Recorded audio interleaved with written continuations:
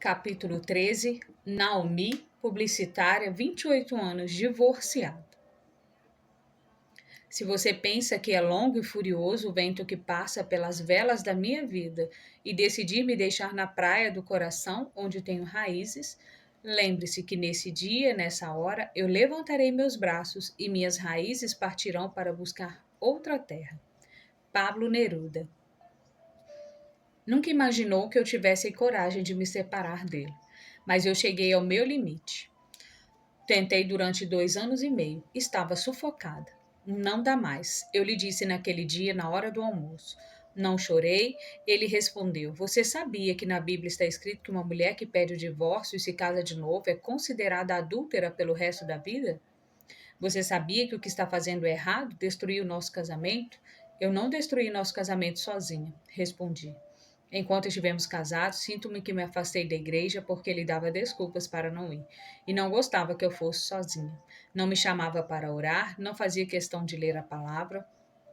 E agora, com aquela cara de pau, me jogava a Bíblia na cara, citava versículos. Peguei minha bolsa e fui para a casa dos meus pais. Chorei de alívio, de alegria, estava livre. Choramos juntos, meus pais e eu. Depois me senti muito bem mesmo. Umas amigas me diziam: Você vai ver como é difícil. Você se separa, mas sente falta da pessoa. Nunca senti falta dele. Meus pais me chamavam de gordinha. Minha gordinha, eles diziam carinhosamente. Outro dia vi umas fotos desse tempo de criança. Eu me espantei. Eram retratos de uma criança normal, nem magra nem gorda. Eu não era gordinha, pensei. Minhas irmãs, sim, eram muito magras, raquíticas. Eles me comparavam com elas e me viam gorda. Essa imagem colou em mim, sabe? Eu vivo fazendo dieta. Jonatas me chamava de gata, me elogiava. No namoro, nunca fez nenhum comentário negativo sobre minha aparência.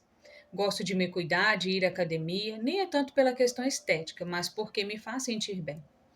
Antes do casamento, fiz um regime radical, desses de passar fome. Fiquei magérrima, tudo para ficar linda no vestido de noiva.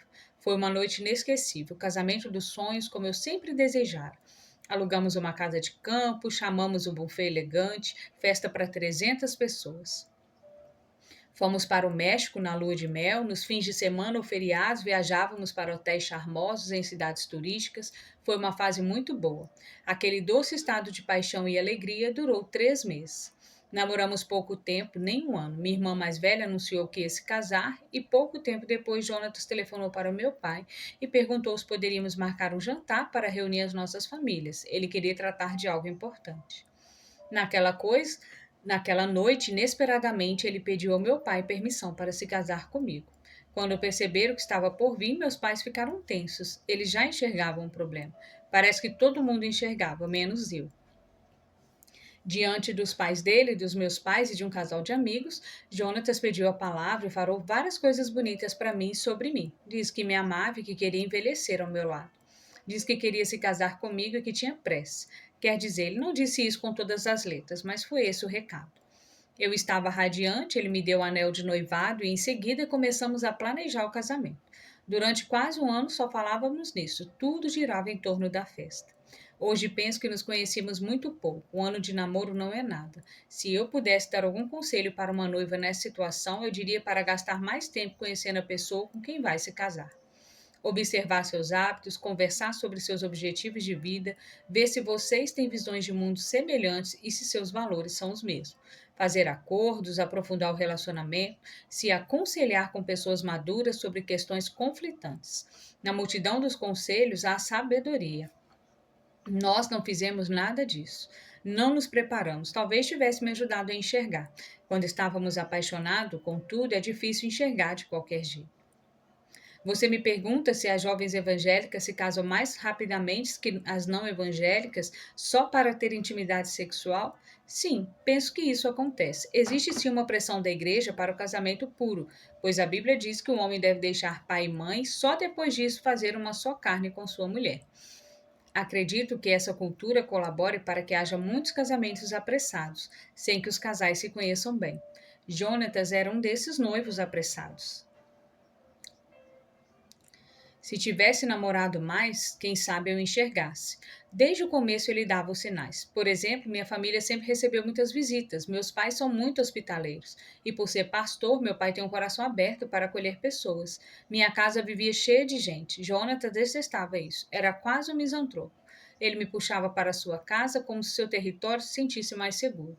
Só fazia o que tinha vontade. Filho único, sabe como é. Não vou lá, tem muita gente. Não estou afim e não negociava. Casamento de uma grande amiga nossa, eu implorei. Você tem que ir. É a Cláudia. Não estou afim. Respondeu e ponto final. Aquilo não cabia na minha cabeça. Não dava explicações e eu chorava, pedia, questionava. Aconteceu várias vezes. Meus pais me diziam: não me veja bem, converse, se posicione. A gente fica cega. Ele sabia como me ganhar. Me dava presente quando eu ficava triste por algum desentendimento desse tipo. Presente é minha linguagem de amor. Esse jeito meio manipulador teve o poder de me afastar dos meus pais e das minhas amizades da igreja.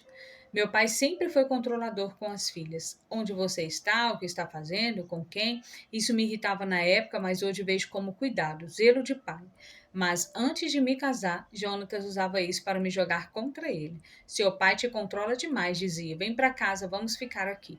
As qualidades do Jonathan? Vamos ver. Difícil lembrar. Era uma boa companhia quando ele realmente queria estar ali presente. O problema é que isso era raro. Era mais comum ele se isolar. Minha jornada de trabalho era mais longa que a dele. Eu chegava em casa cansada e estava tudo por fazer. Combinamos no início da vida dois que ele ajudaria com as compras e as louças. Eu cozinharia e arrumaria a casa. Na prática, isso nunca aconteceu. Eu tinha que fazer tudo. Antes de eu sair para viagens a trabalho, ele perguntava: deixou comida na geladeira? A casa está abastecida? Como trabalhava na área financeira, ele controlava nossas despesas em planilhas, cada centavo. Até fechei minha conta no banco porque ele dizia: eu trabalho com isso, para mim é fácil, então deixa que eu cuido. Ok, eu dizia. Não via nada de errado, você vai achando desculpas e vai se esquivando. De cara estabeleceu metas. Você pode gastar X por mês, porque temos que guardar tantos mil reais para daqui a tantos anos termos acumulado tantos milhões na conta e assim podermos viver de rendimento. Para isso, Naomi, você não precisa se esforçar para ser promovida no trabalho. Assim conseguiremos alcançar essa meta. Mas eu não quero parar de trabalhar quando tiver essa idade, eu dizia. Desacelerar, talvez. Se eu comprasse um tênis de corrida que estourasse o limite pré-estabelecido, ele ficava furioso. Foi o primeiro tipo de controle que ele teve sobre mim, o controle financeiro. Essa pressão do dinheiro e as cobranças para que a casa estivesse sempre brilhando, a geladeira cheia e a comida pronta, sem que ele movesse uma palha para ajudar, somavam-se outras exigências. Eu precisava me cuidar mais, treinar mais para não engordar. Ele era bem direto: você está gorda, você está feia, você precisa parar de comer, tem que ir mais na academia. Com 4 meses de casados, eu havia engordado um pouco. Ele não aceitava. Começou a pegar pesado com essa questão estética. Tinha reações estranhas, agressivas. Eu dizia: você não se casou com um corpo, eu não vou ficar o resto da vida com o corpo que eu tinha aos 20 e poucos anos. Mas ele me ofendia sem dó, me colocava lá embaixo. Ele sabia que eu tinha um problema de autoestima nessa área. Por que não vamos correr juntos? Eu convidava. Assim, um incentivava o outro. Ele gostava de correr, mas dizia que não iria mudar o horário do treino por minha causa. Chegava mais cedo do que eu do trabalho e ia treinar sozinho. Aquelas agressões à minha aparência acabavam comigo. Começamos a brigar direto. Quando eu respondia discordando dele, ele saía batendo a porta, gritando feito um louco. Ficava 3 dias sem falar comigo. Agia como um tirano. Não admitia ser contrariado. Meus pais nem imaginavam o que se passava. Eu escondia tudo deles. Pensava: todo casal briga, todo casal tem problemas, nós vamos conseguir superar isso. Ele fazia cada vez menos questão de ir à casa de meus pais de visitá-los. Não gostava que eu contasse nossos problemas para eles. Dizia que a questão do casal ficava entre nós. Eu guardava tudo para mim. Sofri calada durante 2 anos. Vi a primeira mensagem estranha de mulher no celular dele numa ocasião em que precisei passar um recado dele para um amigo. Havia uma conversa com um tom esquisito. Muito íntimo, sabe? Nunca fui de olhar celular, de invadir. Mas depois daquilo, fiquei com o pé atrás. Peguei outras 3 trocas de mensagens. Perguntei quem era e ele disse que era uma amiga de infância. Depois foi uma garota do trabalho dele que enviava textos carinhosos dizendo que estava com saudade. Soube mais tarde que surgiu um rumor de que os dois foram vistos juntos se beijando. Não consegui confirmar se era verdade. Depois desses episódios, ele começou a apagar as mensagens. Num tempo em que as brigas se tornaram insuportáveis, marquei um encontro com minha mãe para conversar. Precisava me abrir, contar o que estava passando, me aconselhar, mas eu só chorava. Ela se espantou ao saber como era o nosso relacionamento.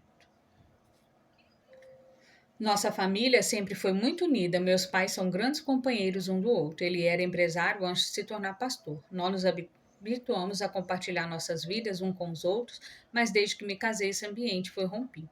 Em alguns momentos, Jonatas tornara-se um déspota. Ausente emocionalmente, eu dizia para ele: Você não demonstra mais carinho por mim, você não me elogia, sinto falta disso. Ele respondia: Você não merece, você não se cuida, você procrastina. Fui desbotando, perdendo a luz, o brilho. Eu ia nutricionista, um endocrinologista, tinha personal trainer 3 vezes por semana e não conseguia emagrecer.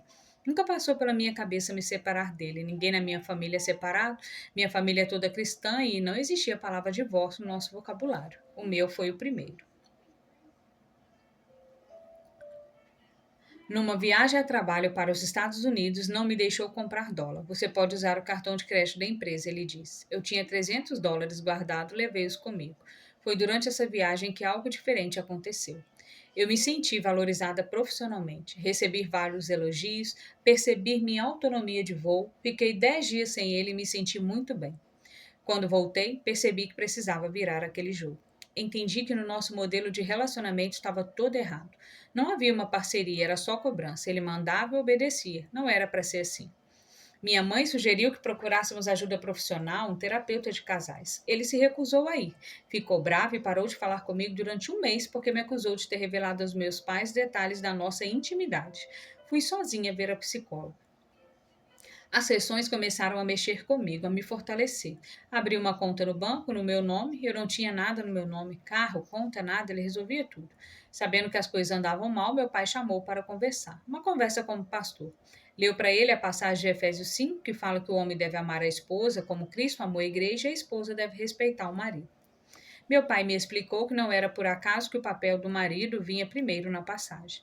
É que o amor tem que vir primeiro. Sem amor não se gera o ciclo do respeito. Se ele não demonstrasse amor, eu deixaria de respeitá-lo.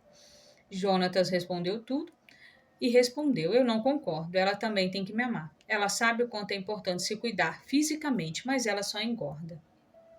Meu pai ouviu e, quando voltou para casa, admitiu para nós que sentiu vontade de bater nele. Como alguém podia ser tão raso? Quando percebeu a gravidade da situação, me aconselhou. Sei que você está tentando fazer seu casamento dar certo, mas se não der, você não precisa ficar presa nesse relacionamento. Você é livre para sair dele e para recomeçar. Ouvir aquilo do meu pai, um pastor, foi libertador. Pensei que ele fosse me aconselhar a continuar tentando, a orar mais pelo casamento, porque divórcio não é de Deus. Você não saiu da minha casa para ser tratada desse jeito. Como pôde segurar calada esse tipo de relação durante 2 anos sem pedir ajuda? O apoio da minha família me sustentou naquela fase terrível. A terapia também. Eu aprendi ali que relacionamento abusivo não é só apanhar, mas é agressão verbal, assédio moral, excesso de controle. Ele fez algumas tentativas para melhorar, mas nada que ajudasse de verdade. Nunca imaginou que eu tivesse coragem de me separar dele. Nunca.